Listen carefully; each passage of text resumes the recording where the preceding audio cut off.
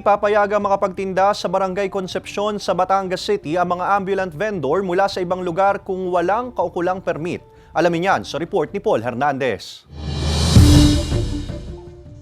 May barangay clearance daw para sa kanyang pika-pika business ang tinderang si Myla ng Barangay Concepcion sa Batangas City. Mahalaga raw ang mga ito sa kanyang negosyo. If ever po na may mga nag-check po na galing po sa mga munisipyo is alam po na legal po ang ating pagtitinda. Dahil taga Barangay Concepcion si Myla, hindi na raw niya kailangang kumuha ng permit sa barangay para sa negosyo. Pero iba ang siste sa mga ambulant vendor na mula sa ibang lugar. Batay sa existing barangay ordinance, kailangang kumuha ng permit ang mga naglalako ng paninda kung galing sa ibang lugar. May mga naglalako ng kutsyon, yung mga naglalako ng Durabox, mga cabinet, yung mga imahe, di ba, na galing po ng ibang lugar. Basta may transaksyon sa barangay o nagtitinda sila na hindi taga rito. Ang ordinansa matagal na raw na ipasa ng mga nauna pang nanunungkulan. Mahigpit lang daw nila itong ipatutupad ngayon. Ginagawa raw ito para sa seguridad ng mga residente. Kunwari magpapanggap na magtitinda, yung pala naniniktik lang, nagsosurvey lang doon sa mga bahay na pwedeng maging target o maging biktima. Baka masasamang tao.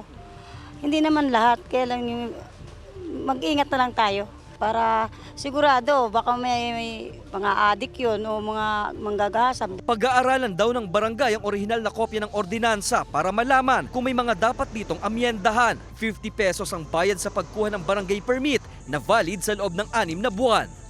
Kasama si Buhay Adante Jr., Paul Hernandez, Balitang Southern Tagalog.